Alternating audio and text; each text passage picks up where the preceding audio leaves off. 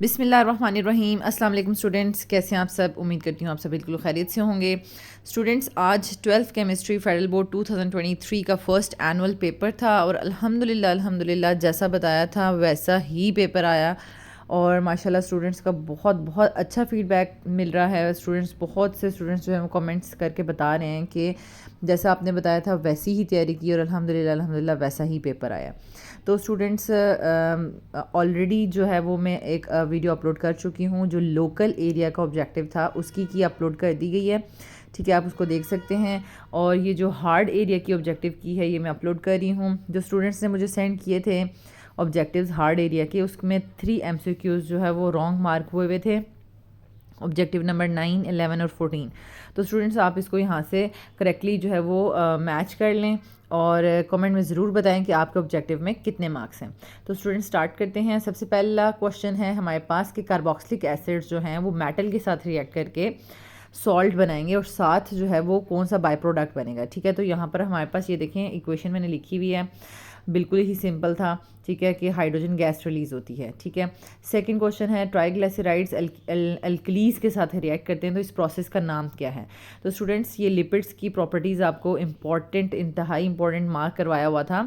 तो इसमें ये देखें, ये सिंपल ग्लिसरॉल और सोप बनता है तो इस प्रोसेस का नाम स्पॉनिफिकेशन है। ठीक है, नेक्स्ट आ जाता है आपके पास क्वेश्चन नंबर 3, जिगलर कैटलिस्ट जो है वो बताएं। ठीक है, तो ये पॉलीमर्स बनाने के लिए बहुत इफेक्टिवली, यानी लॉन्ग चेन पॉलीमर्स बनाने के लिए हम कैटलिस्ट यूज़ करते हैं।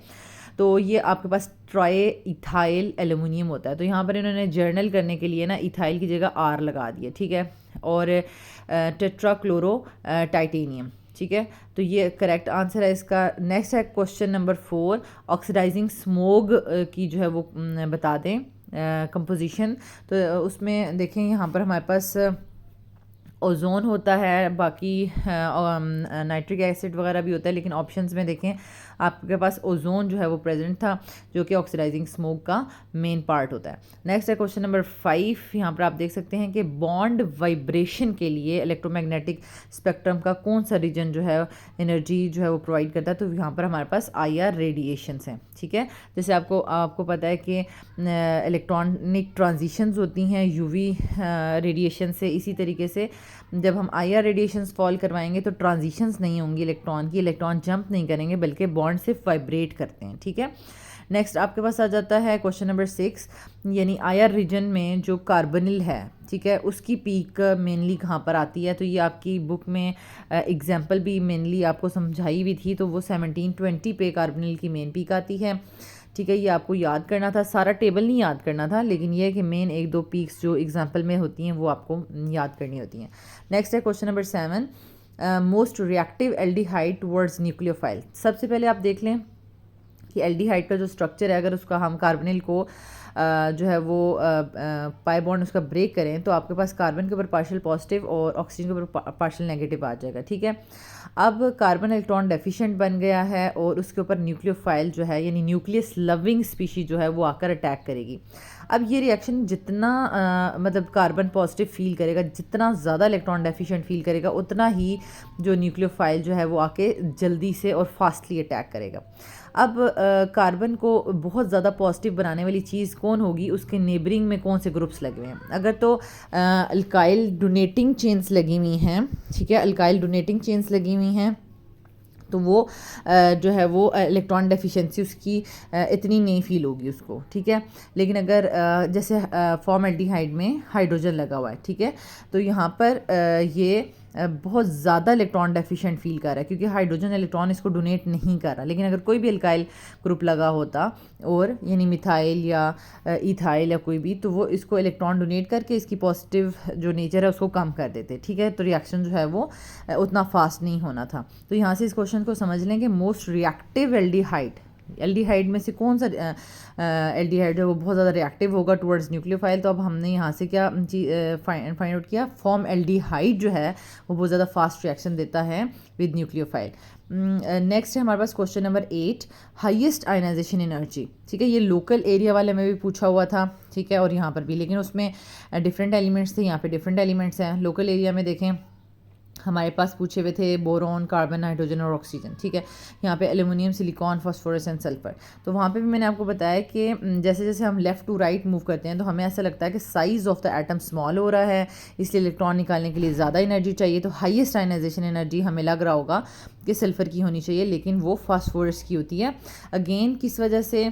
क्योंकि उसके जो पी ऑर्बिटॉल्स हैं वो हाफ फिल्ड होते हैं, ठीक है। यहाँ पर आपको अनपेयर्ड इलेक्ट्रॉन नज़र आ रहे हैं ना, ठीक है।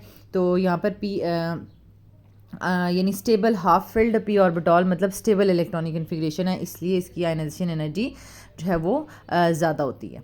नेक्स्ट आपके पास आ जाता है, इसका करेक्ट ऑप्शन जो है वो आपके पास फॉस्फोरस है, ठीक है, हाईएस्ट आयनाइजेशन एनर्जी। नेक्स्ट आ जाता है question number 9, when OH bond breaks which alcohol produce least stable alkoxide ion. अब यहाँ पे भी स्टूडेंट्स कंफ्यूज हैं कि देखें जब अल्कोहल है, अल्कोहल में OH बॉन्ड ब्रेक कर रहा है तो आपके पास RCO नेगेटिव ये स्पीशी बन रही है जिसको हम एल्कोक्साइड आइन कहते हैं। अब ये एल्कोक्साइड आइन अगर मैथानॉल का बन रहा है तो ये होगा, यानी ये देखें C के साथ 3H लगे हुए हैं। और अगर ये एथानॉल का होगा देन 2 मिथाइल 2 प्रोपानॉल का होगा, और यहाँ पर आपके पास 2 डाई मिथाइल 2 प्रोपानॉल का होगा, ठीक है, 2 मिथाइल 2 प्रोपानॉल का होगा। तो ये सब के मैंने एल्कोक्साइड आइन बना दिए हैं। अब देखें कौन सा लीस्ट स्टेबल है। सबसे लीस्ट स्टेबल तो ये है टर्शरी वाला सबसे ज़्यादा, क्योंकि इसमें क्या है कि ये जो अल्काइल चेन्स है ना ये इलेक्ट्रॉन डोनेट करती हैं। ऑलरेडी ऑक्सीजन के पास इलेक्ट्रॉन बहुत ज़्यादा है, वो नेगेटिव शो कर रहा है, ठीक है। तो वो कह रहा है मुझे इलेक्ट्रॉन और नहीं चाहिए, लेकिन ये जो इसके साथ चेन्स है ना मिथाइल कार्बन की चेन्स, ये इसको इलेक्ट्रॉन्स और डोनेट करके ना इसको अनस्टेबल कर रही हैं। तो ये सबसे जो है वो लीस्ट स्टेबल होगा, ठीक है। और सबसे स्टेबल कौन सा होगा? ये मैथानॉल वाला, ठीक है, यानी CH3O, क्योंकि इसमें हाइड्रोजन जो है इलेक्ट्रॉन डोनेटिंग स्पीशीज़ एक्ट नहीं कर रही, दैट्स वाई ये जो एल्कोक्साइड आइन जो मैथानॉल से बनता है वो मोर स्टेबल होगा। तो ये भी जो है वो आंसर की जो सर्कुलेट हो रही है उसमें रॉन्ग मेंशन था, तो इसका करेक्ट ऑप्शन है 2 मिथाइल 2 प्रोपानॉल, ठीक है, लीस्ट स्टेबल बनेगा। अच्छा, नेक्स्ट है आपके पास question number 10, most important topic of 16 chapter के ओजोनोलाइसिस में से तो मस्ट क्वेश्चन आता है। अब यहाँ पर आपको बता दिया कि 2,3 डाईमिथाइल 2 ब्यूटीन आप ड्रॉ कर लें, ठीक है। उसको ओजोनोलाइसिस करेंगे तो क्या बनेगा? तो आपको डायरेक्ट जो है वो प्रोडक्ट फाइंड आउट करने का तरीका बताया कि पाई बॉन्ड से आपने ब्रेक करना है और वहाँ पे आपने ऑक्सीजन्स लगा देने हैं, तो आपको डायरेक्ट जो है वो स्ट्रक्चर आ जाया करेगी। तो ये देखें एसीटोन बन रहा है, तो इसका करेक्ट ऑप्शन है एसीटोन। देन है question number 11, which alcohol can not be synthesized. अब यहाँ पर इन ऑब्जेक्टिव्स में आप ये चीज़ नोट करें कि नॉट वाले क्वेश्चन ज़्यादा पूछे हुए हैं, ठीक है। Which alcohol can not be synthesised, कब? जब एल्डिहाइड कीटोन जो है वो ग्रिग्नॉट के साथ रिएक्ट करेंगे तो कौन सा अल्कोहल नहीं बन सकता? तो ऑप्शंस में जो है वो मैथानॉल, एथानॉल, प्रोपानॉल और इस तरह से थे, ठीक है, ऑप्शंस। तो अब देखिए 1 कार्बन अल्कोहल तो कभी भी नहीं बन सकता ना जब एल्डिहाइड या कीटोन को आप ग्रिग्नॉट के साथ रिएक्ट करवाएं, क्योंकि एल्डिहाइड या कीटोन जब आप लेंगे तो एटलीस्ट 1 कार्बन वाला तो लेंगे ना, यानी 1 कार्बन कीटोन तो होता ही नहीं है, लेकिन 1 कार्बन एल्डिहाइड तो होता है ना, फॉर्मल्डिहाइड। अगर वो भी आप लें लेकिन उसको जब ग्रिग्नॉट के साथ रिएक्ट करवाएंगे तो वहाँ से भी तो 1 कार्बन आएगा, तो एटलीस्ट 2 कार्बन वाली प्रोडक्ट होनी चाहिए। सो 1 कार्बन मैथानॉल कभी भी नहीं बन सकता अगर हम एल्डिहाइड या कीटोन्स को ग्रिग्नॉट के साथ रिएक्ट करवाएं, ठीक है। तो ये करेक्ट ऑप्शन है मैथानॉल। ये भी रॉन्ग मेंशन हुआ था, इसको भी करेक्ट कर लें। नेक्स्ट है question number 12, number of chiral carbon atoms, ठीक है, कायरल सेंटर्स। तो ये हमारे पास दिया हुआ है कंपाउंड, इसमें हमने इसको जब स्ट्रक्चर ड्रॉ किया कार्बन के साथ हाइड्रोजन अटैच है, मिथाइल हाइड्रोक्सिल कार्बोक्सिलिक एसिड, तो यही दरमियान वाला जो कार्बन था इसके साथ 4 डिफरेंट ग्रुप्स अटैच हैं। बाकी देखें मिथाइल वाला जो ग्रुप कार्बन है उसके साथ तो 3 सेम हाइड्रोजन अटैच हैं, वो भी कायरल नहीं है। और ये जो आपके पास कार्बोक्सिलिक एसिड वाला है उसके साथ भी 4 डिफरेंट ग्रुप्स अटैच नहीं हैं, सो वो भी कायरल कार्बन नहीं है। तो ओनली 1 कायरल कार्बन इसके अंदर प्रेजेंट है, ये 1 ऑप्शन है। नेक्स्ट है question number 13, general formula of cycloalkane resembles. Cycloalkane बनते कैसे हैं? सिंपल एल्केन में से जब हम 2 हाइड्रोजन निकाल देते हैं, देखें ये 2 हाइड्रोजन मैंने निकाल दिए, ठीक है, और इनको हमने आपस में जोड़ दिया तो ये साइकिल फॉर्म में आ जाएगा, ठीक है, साइक्लिक। तो जब हम सिंपल अल्केन के फार्मूला में से ये देखें 2 हाइड्रोजन निकालते हैं तो हमारे पास CnH2 बन जाता है, तो वो बन जाएगा फार्मूला साइक्लोअल्केन का। अब अल्कीन और अल्काइन का भी आपने पढ़ा हुआ है, अल्कीन का है CnH2n और अल्काइन का है CnH2n-2। तो अब ये देखें साइक्लोअल्केन किसके साथ रिजेंबल कर रहा है, अल्कीन्स के साथ। So the correct option is alkynes, ठीक है। नेक्स्ट आ जाता है हमारे पास question number 14। Alkaline earth metals release hydrogen when react with alkalis, ठीक है। अब ये पेक्युलर बिहेवियर में आपको बताया हुआ था कि पेक्युलर बिहेवियर इतनी दफ़ा पूछा हुआ है, पास्ट पेपर्स में बहुत दफ़ा पूछा हुआ है, ठीक है। उसमें मेन पॉइंट यही था कि ये अल्कलाइन अर्थ मेटल जो है वो, ये ब्रिलियम जो है वो अल्कलीज के साथ रिएक्ट करके हाइड्रोजन प्रोड्यूस करती है, बाकी कोई मेंबर नहीं करता, ठीक है। तो ये देखें beryllium is the correct option, ये भी रॉन्ग मेंशन हुआ था, इसको ठीक कर लें। नेक्स्ट है क्वेश्चन नंबर 15। Most paramagnetic. अब पैरामैग्नेटिक वो होता है जिसके पास ज़्यादा अनपेयर्ड इलेक्ट्रॉन्स हों। अब स्कैंडियम, टाइटेनियम, वेनेडियम में जो है वो उनकी इलेक्ट्रॉनिक कन्फिग्रेशन यहाँ पर आप लास्ट देख सकते हैं। तो जब उनको हमने स्कैंडियम को +3 में कन्वर्ट किया तो उसके ये पूरे के पूरे यानी S वाला भी और D वाले भी इलेक्ट्रॉन्स चले गए, ठीक है। टाइटेनियम को +4 किया तो उसके 4s2 और 3d2 इलेक्ट्रॉन्स चले गए। वेनेडियम में 4s2 और 3d3 वाले इलेक्ट्रॉन्स चले गए। तो वो आपके पास सिंपल उनकी तमाम की इलेक्ट्रॉनिक कन्फिग्रेशन ऑर्गॉन जैसी हो गई है, मतलब कम्प्लीटली फिल्ड, कोई भी अनपेयर्ड इलेक्ट्रॉन नहीं रहा उनके पास। लेकिन आयरन जो है वो उसमें से जब आप उसको Fe+3 करेंगे तो उसमें से सबसे पहले तो S में से इलेक्ट्रॉन निकलेंगे 2 और जो है वो D में से 1 इलेक्ट्रॉन निकलेगा, ठीक है। 3 इलेक्ट्रॉन निकलेंगे तो D में टोटल 5 अनपेयर्ड इलेक्ट्रॉन्स रह गए हैं, S कम्प्लीटली खाली हो गया, ठीक है।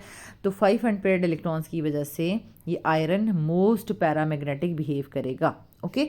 ये करेक्ट ऑप्शन है। नेक्स्ट आपके पास आ जाता है question number 16, second last question. Coordination sphere क्या है, ये जो दिया हुआ है कोऑर्डिनेशन कंपाउंड, इसमें कोऑर्डिनेशन स्फीयर की क्या जो है वो आप कह लें वो पॉजिटिवली चार्ज है, नेगेटिवली चार्ज है, एम्फोटेरिक है, क्या है, ठीक है। तो जब हमने इसको सिंपल सल्फेट के ऊपर नेगेटिव साइन लगाया तो उस -2 को बैलेंस करने के लिए हमें कोऑर्डिनेशन स्फीयर के ऊपर क्या डालना पड़ा, +2, ठीक है। जिसको फिर अंदर हमने EN जो इथाइलिन डायमीन है वो तो उसका ऑक्सीडेशन स्टेट 0 होता है, वो न्यूट्रल होता है, और फिर कॉपर के ऊपर +2 लगेगा। तो ये पूरा कोऑर्डिनेशन स्फीयर के ऊपर आपको नज़र आ रहा है +2 चार्ज है, so it is positively charged. Next last आ जाता है आपके पास, which of the following hydroxides of group 2 is least stable in water. तो ये हमने डिटेल में पढ़े थे कि ये स्टेबिलिटी और सॉलिबिलिटी के क्वेश्चंस में से मस्ट पेपर आता है। तो ये देखें टॉप टू बॉटम जाते हुए हाइड्रोक्साइड की सॉलिबिलिटी इंक्रीज करती है, तो इसका मतलब है लीस्ट स्टेबल कौन होगा, जो सबसे टॉप पे प्रेजेंट है, यानी ब्रिलियम। तो अगेन मैं आपसे कह रही हूँ कि ये पेक्युलर बिहेवियर में से क्वेश्चन आया है कि ब्रिलियम के हाइड्रोक्साइड लीस्ट स्टेबल होंगे, ठीक है। तो यहाँ तक मैंने ये जो आपको कम्प्लीटली एक्सप्लेन कर दिए हैं। अब आप कमेंट बॉक्स में कमेंट्स करके बता सकते हैं कि आपके कितने MCQs करेक्ट हैं। बहुत इजी क्वेश्चंस जो है वो थे, हार्ड एरिया का भी कोई इतना मुश्किल नहीं था, लोकल एरिया का भी इजी था, सिंपल जो है वो ऑब्जेक्टिव्स बनाए हुए थे। तो best of luck for your results. अल्लाह ताला आपको बहुत आसानियाँ अता फरमाएँ और आसानियाँ तकसीम करने का शर्फ अता फरमाए। एंड इसको बाकी स्टूडेंट्स के साथ भी ज़रूर शेयर करें और कमेंट करके ज़रूर अपने मार्क्स जो हैं वो बताएं। Thank you.